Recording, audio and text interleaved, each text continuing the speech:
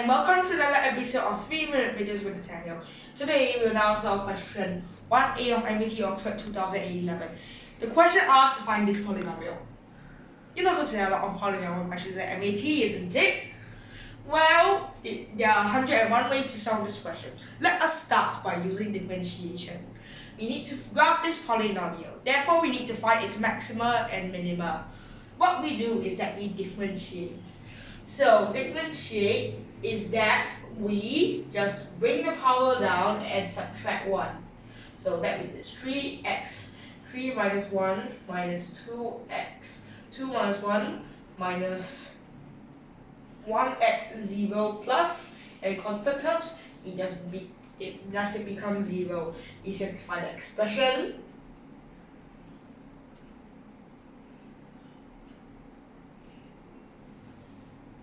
And to find any stationary points, we make sure that this expression is 0. Well, I think you think that's very interesting, right? Well, it is. Now let's factorize this equation. And you know your factorization, this will become 3x minus 1 x. Let's check our multiplications. Yes. And to check this, we can use the following method. First, outer, inner, last. That means first 3x squared, outer, inner, and then last. And then this is the outer. Keep in mind I don't use FOIL much. That's why I keep forgetting this method. But anyway, if you still do remember FOIL, then you can use it to check your expansions or factorizations for that matter. So therefore, x equals to negative 1/3 or x equals to 1. As we can see, this method clearly and very clearly won't work, as we will see, because now we're going to see an interesting pattern. Look, plus minus minus plus. Now let's factorize this. If we take away x minus 1 from the whole expression, we can realize that the front two terms is just x squared and then minus 1. And if you know the language of squares identity, you can factorize the last bracket to become x plus 1, x minus 1. Therefore, we can say this equation has a double root at 1 and a single root at negative 1.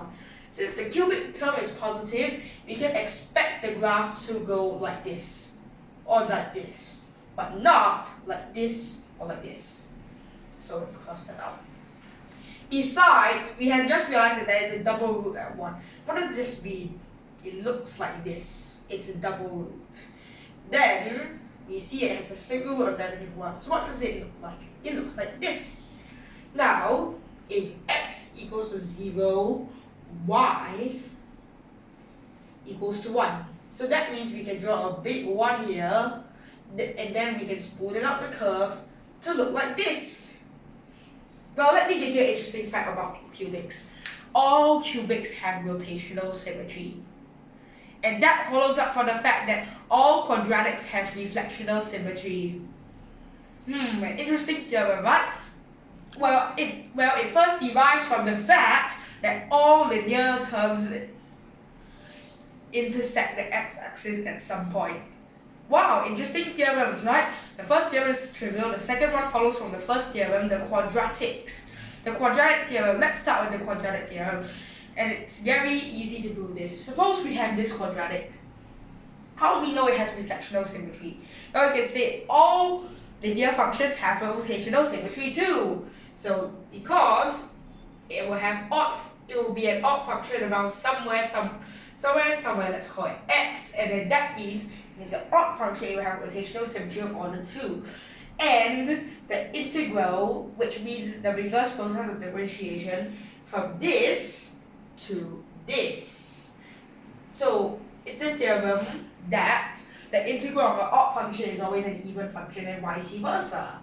So that means when it has reflectional symmetry around some point, the corresponding cubic have rotational symmetry about some points. And there, I just proved the theorem. It might not be mathematically rigorous, but there, here's a nice little theorem to end you off for this video. And if you want to find other amazing theorems about polynomials or such as other MAT videos, click like and subscribe so that you can see more mathematical wonders of the mathematical admission test. Goodbye!